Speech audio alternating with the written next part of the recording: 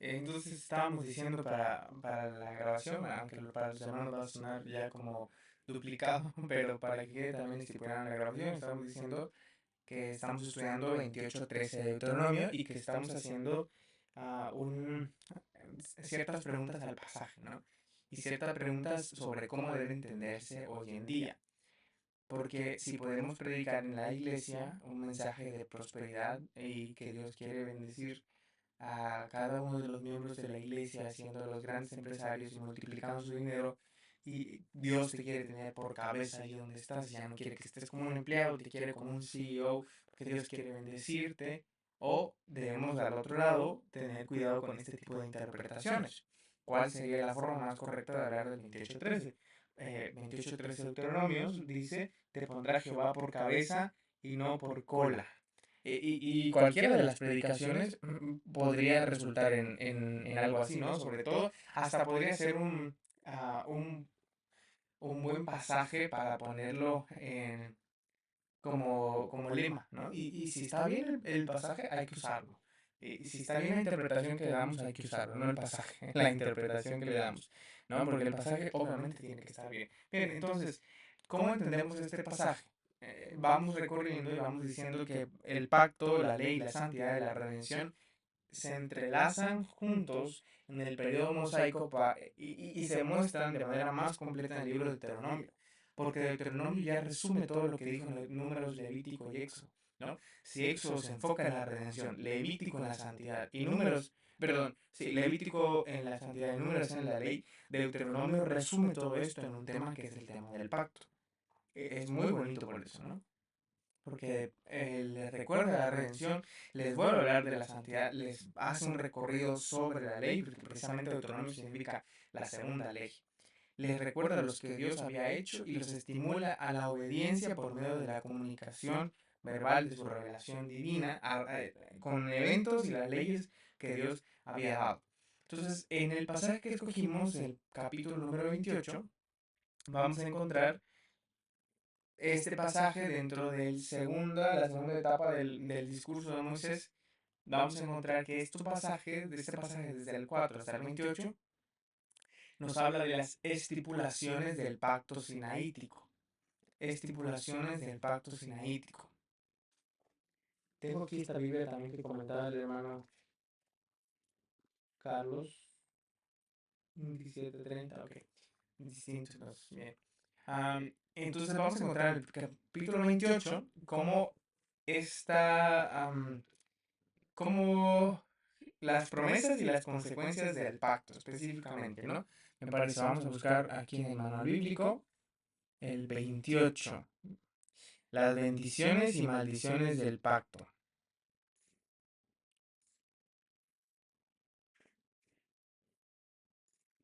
Voy a copiar y pegar acá. Bien, ahí está. No sé si se alcanza a ver realmente la diapositiva porque me parece que puede estar bastante pequeño. Entonces, en el 28 vamos a encontrar bendiciones y maldiciones del pacto. Se supone, hermanos, que en cualquier versículo que nos paremos vamos a encontrar alguna bendición o alguna maldición sobre el pacto. Por ejemplo, nos paramos nosotros en el versículo número 45, por decir algo, del capítulo 28, y a ver qué encontramos, dice, y vendrán sobre ti todas estas maldiciones y te perseguirán y te alcanzarán hasta que perezcas, por cuanto no habrás entendido de la voz de Jehová tu Dios para guardar tus mandamientos y sus estatutos que Él te mandó. Bien, entonces sí lo encontramos. Ahora el 13 se supone que va a hablarnos de bendición. Ahora no perdamos de vista que este pasaje no está hablando de manera individual. No perdamos de vista que este pasaje está hablando al pueblo entero. Todas estas bendiciones se reciben como pueblo, no como individuo. Estas bendiciones se reciben como pueblo. Porque con lo que está haciendo Dios pacto no es con el individuo aquí. Dios está haciendo pacto con el pueblo de manera completa. Y esto es algo muy bonito, que el pueblo es el receptor del pacto. Desde el Antiguo Testamento hasta el Nuevo Testamento, el pacto, una de las cosas que aprendemos sobre el pacto, precisamente para eso nos serviría ver la relación de cada doctrina a través de los periodos, es que el pacto siempre se recibe en términos de un pueblo. Al mismo Abraham se le hizo pacto para él y su generación, ¿no? Se hace pacto con él y con toda su descendencia. Por eso es que Abraham puede estar confiado en que Isaac también recibe las promesas porque él sabe que Dios no hizo pacto solamente con Abraham y muere Abraham y se acaba todo el pacto. No sabe Dios que hace pacto con toda su descendencia que más adelante será y para esto sirve porque en el periodo patriarcal está Abraham y su familia, en el periodo mosaico está el pueblo, y mientras vamos avanzando por la revelación bíblica, vamos viendo que caen las naciones. Por ejemplo, ya en Oseas ya se nos dice que ya son las naciones las que son bendecidas también. Al pueblo mío será llamado, al no pueblo será llamado pueblo mío. Entonces, las bendiciones que se hablan en 28:13 son bendiciones dadas al pueblo de Dios. Si pudiéramos entender el pasaje, las bendiciones de este pasaje, las tendríamos que entender siempre a la luz de un contexto del pueblo, como parte de la bendición y la maldición del pacto. Entonces, sí lo podríamos predicar así, sí lo podríamos entender así. Y yo creo esto de la iglesia, claramente.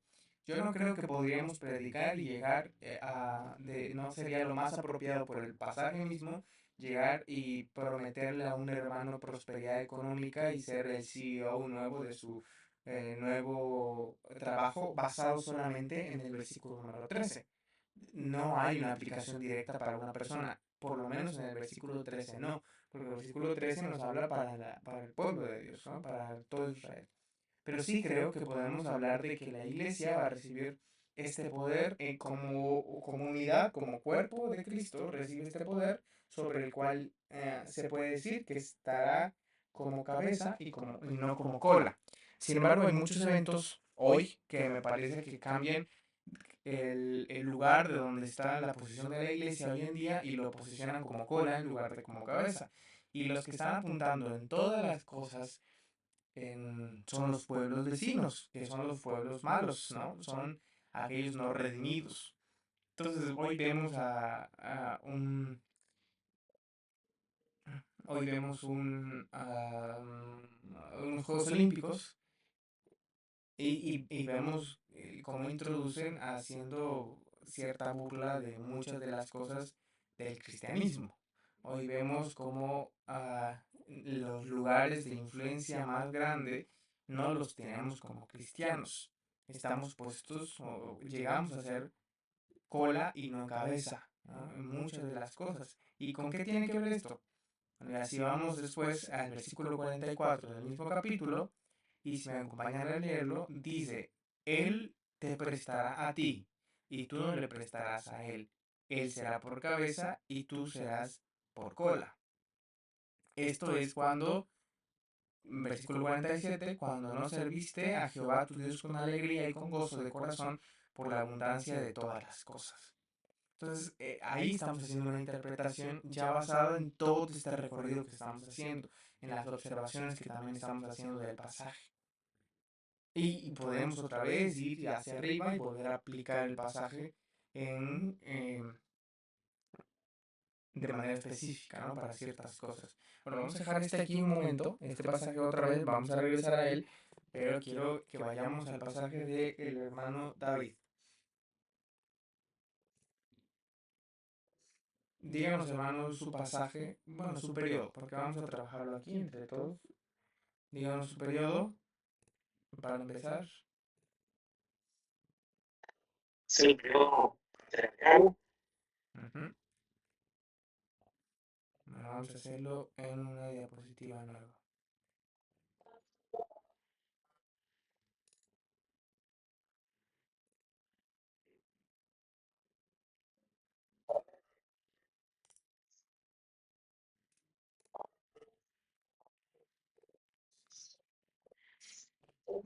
Justo vamos como de...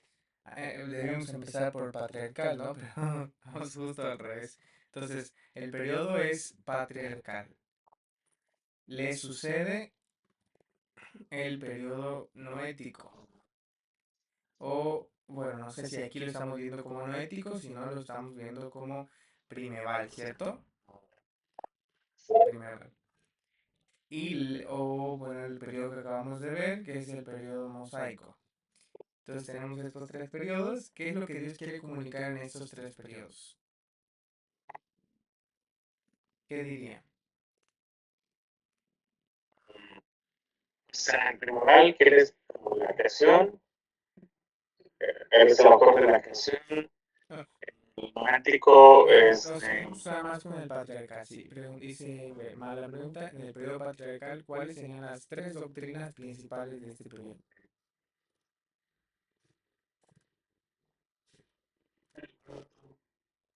Patriarcal, entonces dicen que retomemos el pacto. ¿Qué otro?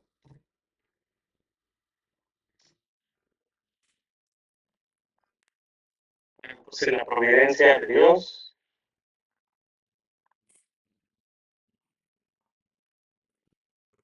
la fe y la obediencia. Ujú.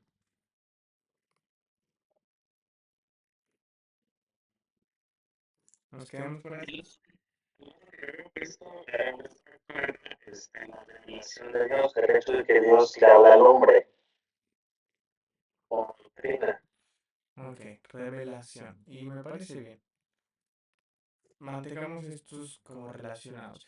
¿Cuáles serían las principales características y eventos de este periodo? Una que Dios llama a Abraham. Ok, entonces Dios establece el pacto con Abraham. El otro evento es el sacrificio, Dios demanda el sacrificio de Isaac. ujú.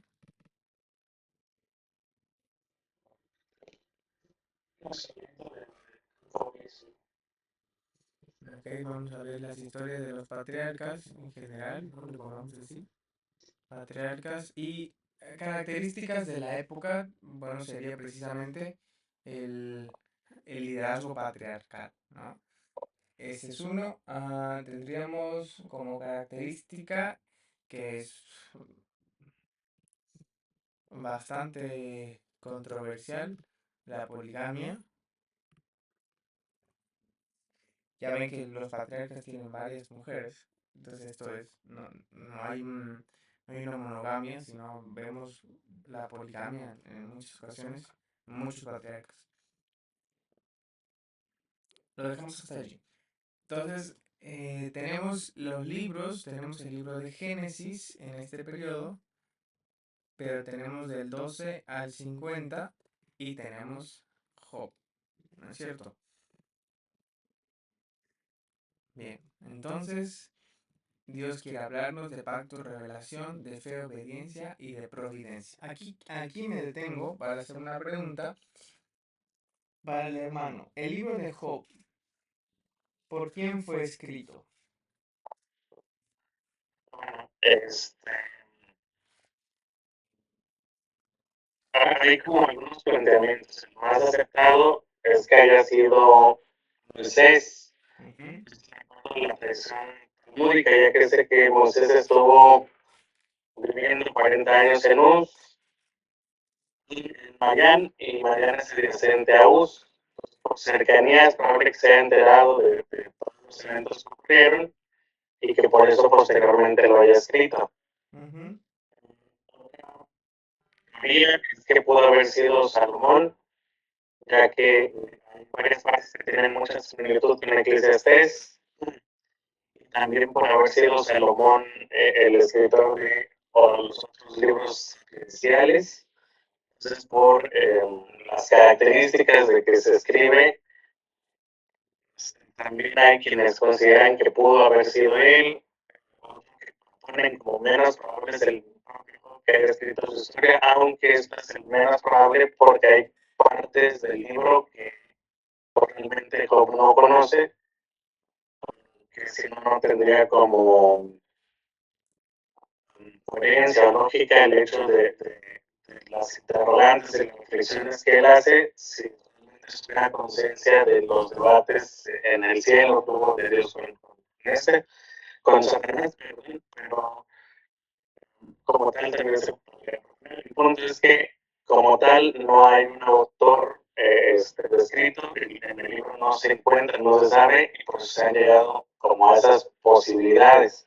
Pero como tal, el autor y la fecha no están escritos y se consideran desconocidos. Se llegan a conclusiones también con la fecha, de acuerdo a los eventos, a las costumbres que se relatan, pero como tal, que estén 100% seguros en qué momento se escribió, no lo conozco. Usted se quedaría con Moisés como probable autor. como dices. Entonces, colocamos a Job en este periodo, ¿no? De escritura y también de eventos. Precisamente por eso iba a ser la pregunta. ¿Por dónde colocaría Job en términos de escritura y en términos de eventos? Bien, yo coincido en que Job lo colocamos en términos de escritura y en términos de eventos en el periodo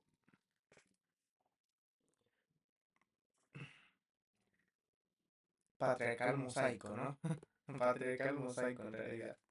Ah, ¿Cambiaría algo si lo ponemos en un mosaico? Esto es un asunto que ya el intérprete debe valorar. Porque acuérdense que el mosaico fue redención, liberación, no, perdón, redención, pacto, santidad y ley. A la luz de estas doctrinas, ¿qué cambia? Pacto, redención, ley y santidad. ¿Cómo se relaciona Job con esto? Ahora vamos al propósito. Lo vamos a dejar aquí de todos modos esto por si nos sirve. ¿Cuál es el propósito de Job?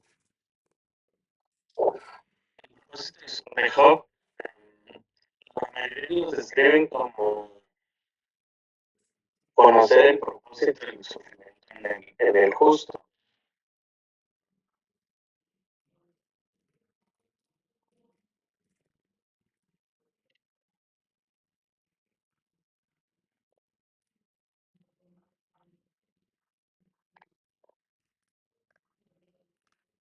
Muy bien. Ujú. Yo lo pondría más bien como cómo se debe enfrentar, cómo debe enfrentar el justo el sufrimiento. Porque al final de la lectura no se responde el por qué ni el para qué, que siempre decimos que Dios siempre tiene un propósito. Si queremos conocer el propósito, es realmente lo que se pregunta en el libro. Parte del libro, realmente no hay respuesta. Entonces, simplemente observamos como la manera correcta en la que lo enfrentó. Ok. Entonces, si estamos viendo una historia que escribe Moisés, que sucede en el tiempo patriarcal, la, Moisés lo escribe, los receptores, ¿a quién pondré como receptores? ¿Al pueblo de Israel? ¿A, a qué parte?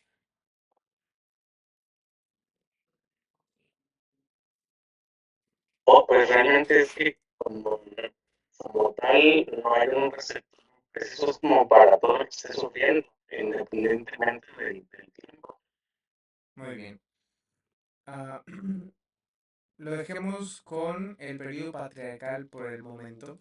Como todos los libros, hermano, todos los libros, sí, todos los libros sirven y trascienden el tiempo precisamente porque hay un mensaje de parte de Dios para todos los tiempos, pero también debemos saber que aunque no hay un receptor específico en Job que se diga esto es para el pueblo de Israel, como no hay también para jueces y para muchos otros libros en el Antiguo Testamento, ya con el Nuevo que específicamente tiene ahí grabado el nombre de la iglesia o de la ciudad a la que pertenece. En el Antiguo Testamento no es así, pero el tiempo también nos va preparando para saber hacia dónde lo escribía, ¿no? Ahora, si Moisés escribió esto para específicamente para un pueblo que había salido y estaba caminando 40 años en el desierto, si Moisés lo escribió, pudo estar eso en la mente de Moisés, ¿no? Que puede escribirle a un pueblo que se está queja y queja y queja del sufrimiento que tiene porque no pueden comer pescado con cebolla como lo pedían antes. y lo tenían en Egipto, entonces vamos a darles, voy a recordar esta historia que me contaron en Madián y que es, o que me enteré muy de cerca porque era mi vecino, no, no sé, ahí podría variar cómo pudo enterarse Moisés y voy a contarles esta historia para que sepan también que Dios tiene un propósito en este tiempo que nos está haciendo recorrer.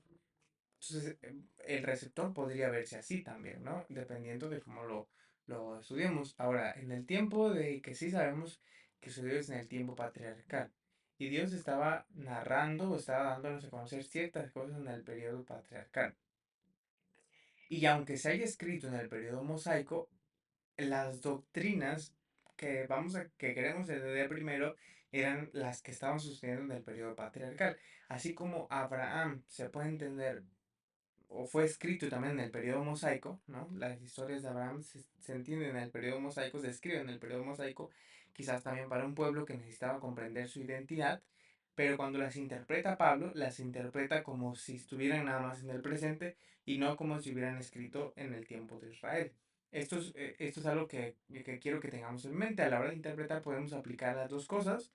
Podemos usar el periodo en el que se escribe, pero debemos primero quedarnos con el periodo en que suceden las cosas, como lo interpreta Pablo en el Nuevo Testamento. Cada uno de los pasajes interpretados por Pablo los entiende en el momento preciso en que están ocurriendo, ¿no? Como si estuvieran escribiéndose en presente en la medida en la que van pasando las cosas, si estuvieran narrando lo que sucede con Abraham, así lo entiende. Entonces, el bosquejo del libro, de manera general, ¿en cuántas partes se divide, hermano? Bueno, donde yo lo encontré son básicamente tres, ¿no? El dilema, los debates y al final la liberación Es el de MacArthur. de McCarthy. Ok, vamos a verlo todos aquí.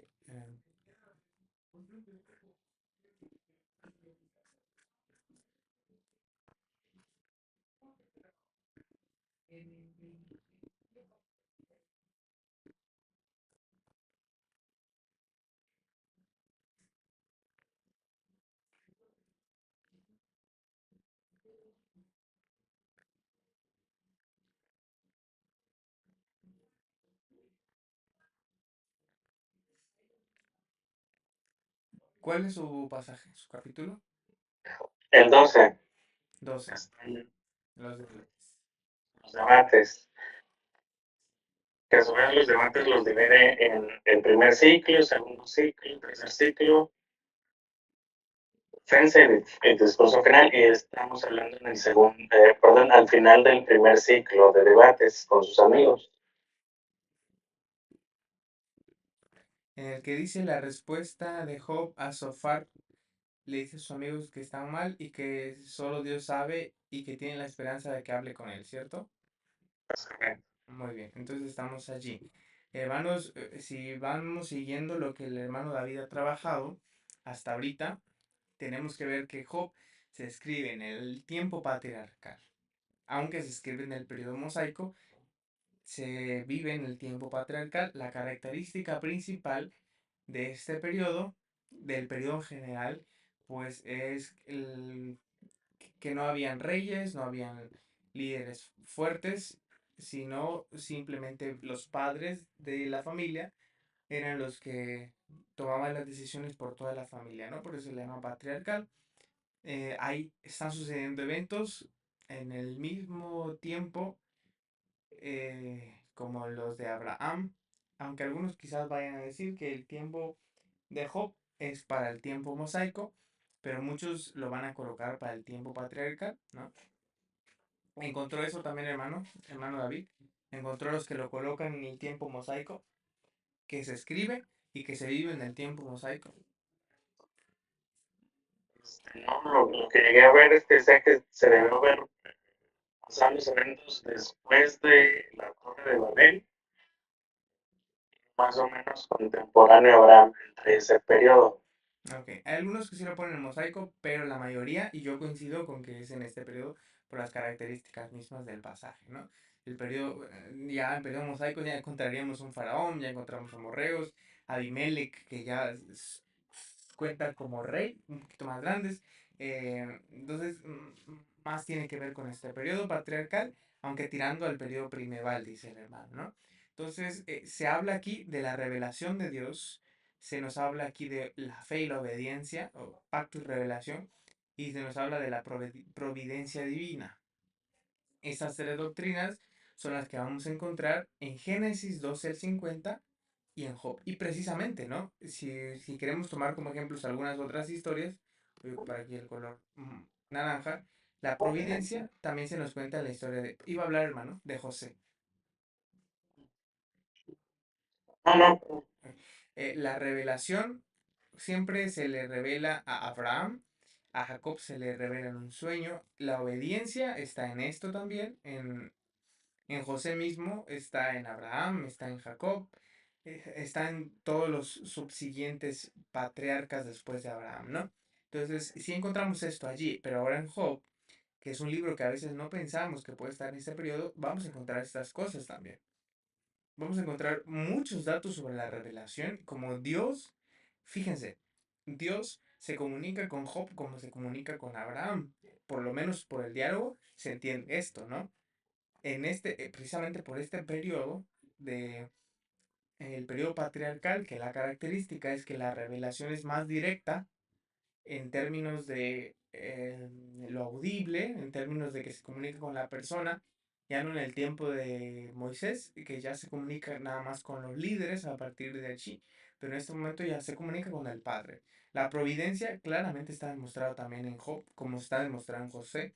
En José, Dios guiando cada uno de los eventos, en Job, Dios dirigiendo cada uno de los eventos y teniendo el control aún de las cosas malas que le suceden a Job y que le suceden a José y de las cosas malas que también hace Abraham, por ejemplo, ¿no?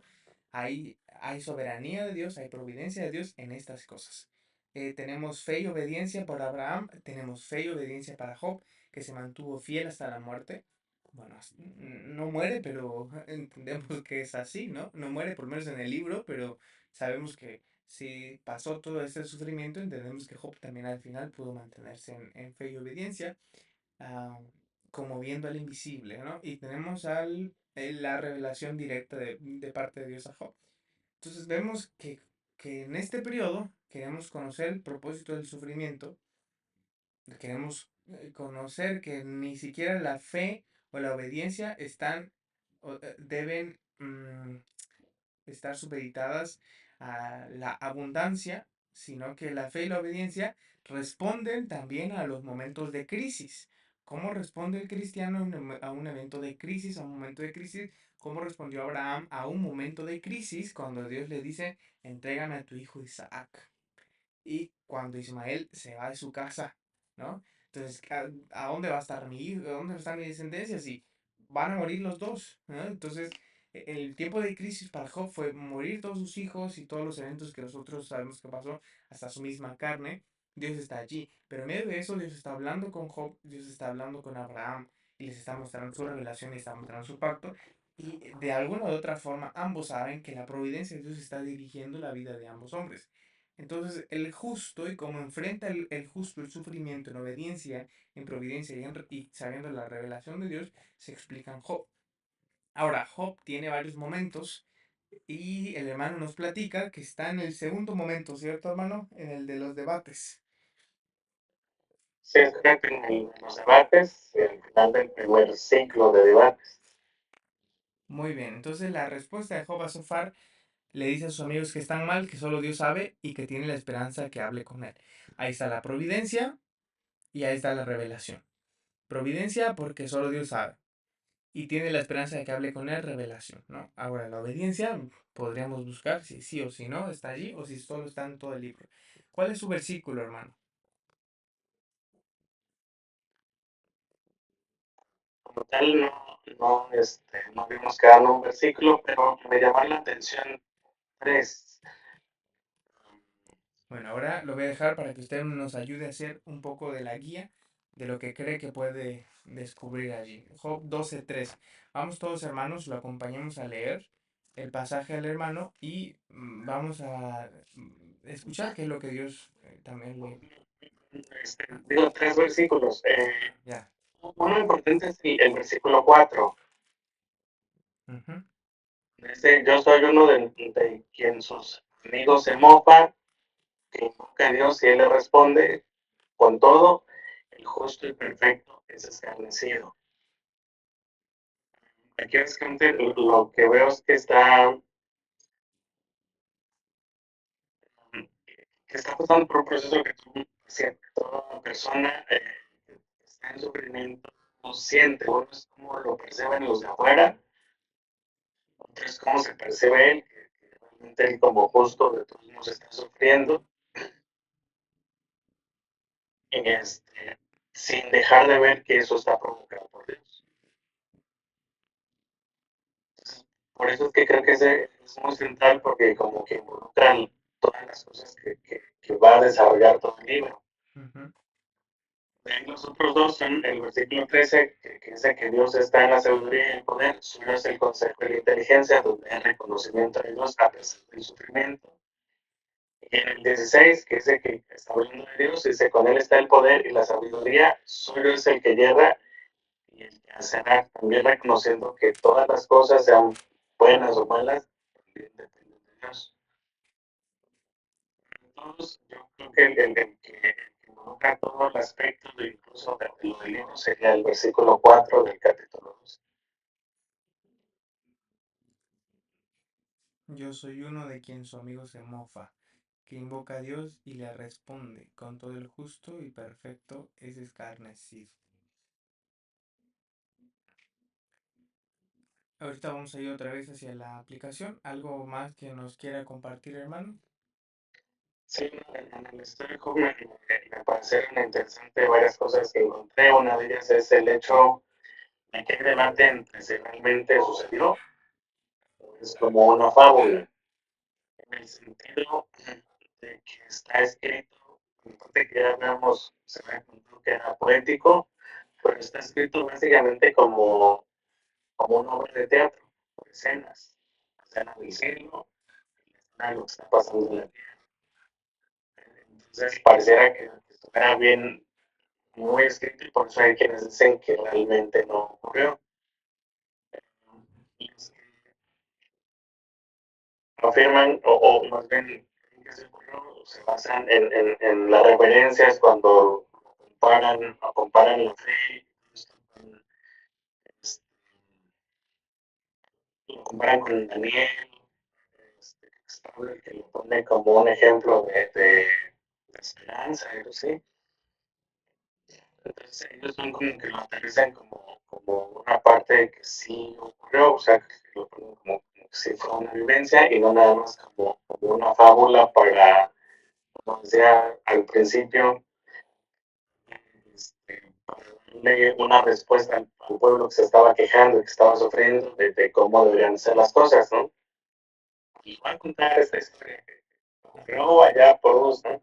Porque aparte también está hablando de un personaje que no es hebreo, que no es de ese pueblo, sino que es de otra región. Entonces ahí es donde llama un poco la atención porque tiene usos y costumbres que son como del pueblo hebreo. Mm.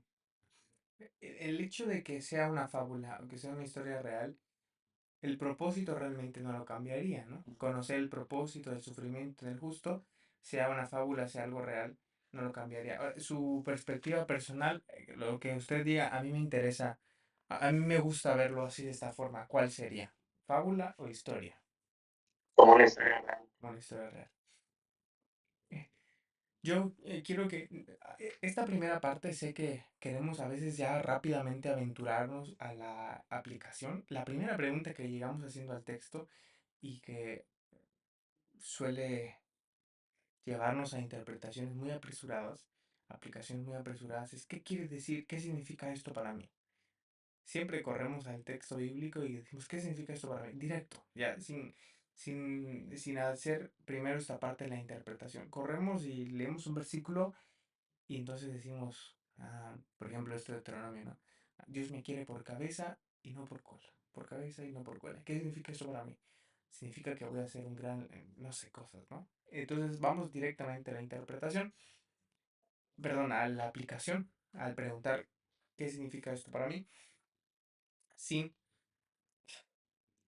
sin antes preguntarle a Dios qué es lo que quisiste revelarle a las personas que estaban oyendo en el tiempo que estaba sucediendo, para que después volvamos a subir y aplicarlo, ¿no?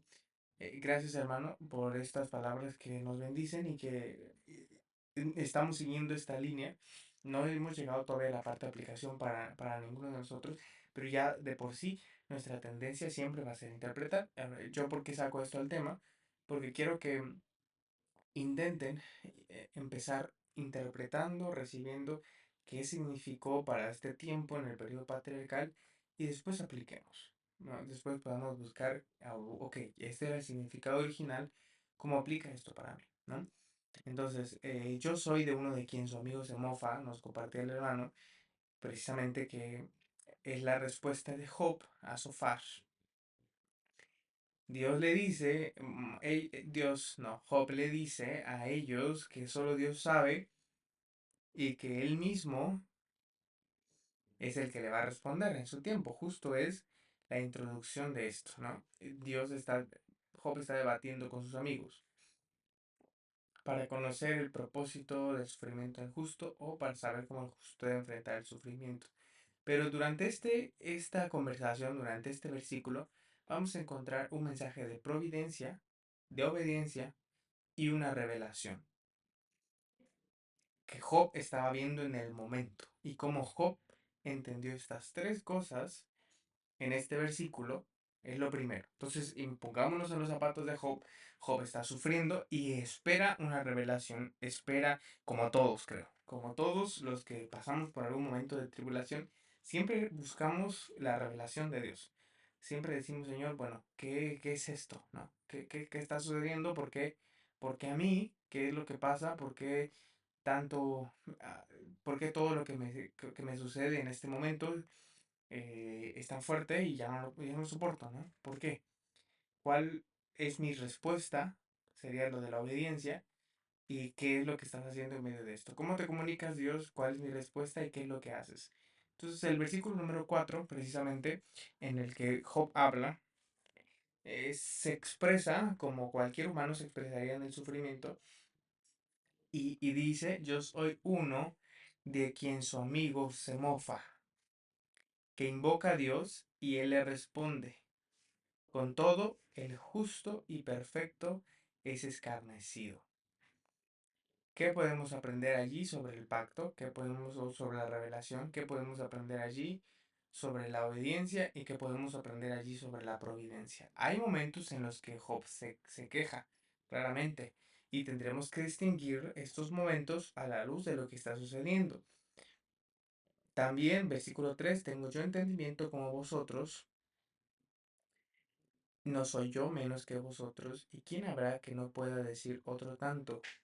Entonces, el asunto aquí inicial de Job es hablar de sí mismo, ¿no? Empieza hablando sobre lo que él está sucediendo. Dios le responde, él invoca a Dios y él le responde. Dice, ahí encontramos la parte de la revelación. Luego encontramos la providencia en la última parte, con todo el justo y perfecto es escarnecido. Entonces estamos viendo también que esto que ya decía el propósito, que el justo es necesario que también pase por los momentos de sufrimiento, ¿no? Yo soy uno de quien su amigo se mofa. Esta sería la parte que podríamos buscarle más la interpretación y el significado hacia dónde nos quiere llevar Job en esta frase específica. ¿Qué tipo de frase es? No llegamos aquí hoy ya para cada frase, porque ahora sí, cada frase tiene que apoyar la idea central. No nos va a dar tiempo ya, vamos a terminar en estos 10 minutos y quiero dejar este tiempo para preguntas, pero aquí la idea es sentarnos y ver, ok, ya entendimos este recorrido, ya lo hicimos hasta aquí, vamos bien, y la frase la palabra, cada palabra, cómo cómo puedo entender yo esta frase a la luz de todo el panorama que ya planteé. Tomamos esta parte de las frases, de las palabras, como es un asunto ya bien específico, como es un asunto delicado, como es un asunto de mucha observación, lo dejé para otro momento de los módulos, ¿no? No quise que hoy sintiéramos que ya lo abordamos, entonces aquí pueden tener un poco más de tranquilidad y en que lo vamos a ver posteriormente, cada frase, cada palabra, que no llegamos a eso, pero ya les adelanto algunas herramientas, pueden buscar ahí algunos diccionarios bíblicos, pueden ir buscando concordancias, pueden ir buscando interlineales, ya para frases, ya para palabras, para saber cómo explicaría yo esta frase y cómo la debo entender y cómo debo aplicarla, ¿no? Toda esta parte la vamos a ver en módulos posteriores. Mi intención hasta aquí era que pudiéramos ubicar la Biblia por periodos, ver que cada periodo tiene un mensaje principal y que cada libro refuerza el mensaje principal de cada periodo y que cada libro está dividido según los argumentos, ¿no? Está argumentado interiormente según la idea principal y que ya al final, este es lo último con que quiero que se quede en la mente para el tiempo que nos toque hablar de palabras y de frases, que ya que cada frase va a contribuir al argumento principal, esto ya es para otro módulo. Por lo pronto, mi intención era nada más que nos quedáramos con toda esta parte de la división de los periodos y de cómo esto viene a ayudarnos para la interpretación bíblica de manera general. Si quiero dejar este tiempo para las preguntas, no alcanzamos a ver todos los libros. Ustedes me dicen cómo van con esto del Antiguo Testamento, con la parte de los periodos y de los libros, ¿sí? Con las frases, con las palabras, sí, vamos a ir un poquito más despacio, porque eso requiere un poquito más de trabajo, ¿sí? Pero por lo menos para el entendimiento bíblico. Ahora lo que yo, por ejemplo, ahí le pediría al hermano y a cada uno de ustedes es que buscara, por ejemplo, el sufrimiento en todos los periodos. ¿Cómo se ve el sufrimiento en cada uno de los periodos? Esta es la tarea que nos tenemos que dar cuando queremos hacer un estudio bíblico.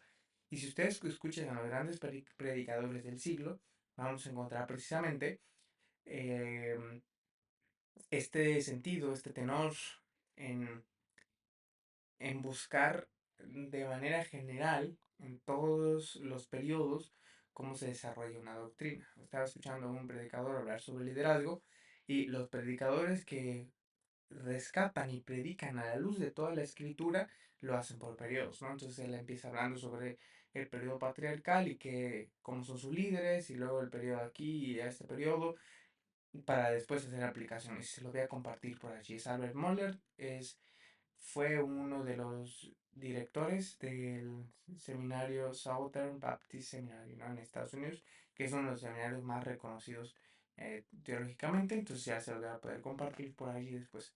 Preguntas, hermanos, algo que quisieran que tocáramos todavía, podríamos hacer para, aunque ya deberíamos empezar con el Nuevo Testamento, pero me preocupa también que podamos ir aprendiendo juntos y que podamos ir todos quedando sin, o con las menos dudas posibles, que esto que vimos hoy realmente es muy práctico, o más bien que vimos en este módulo es muy práctico y requiere tiempo, ¿no? Para meditar en las escrituras y para practicar esta parte y conocer la historia bíblica. Esto realmente es la invitación a que ya cada uno en su interpretación bíblica porque no vimos exhaustivamente cada periodo. Cada uno de ustedes debe buscar interesarse por las doctrinas en los periodos, porque esto es lo que les va a ayudar a entender el panorama bíblico de la revelación, ¿no? La historia bíblica en Cristo Jesús, la historia bíblica que viene a tener su clima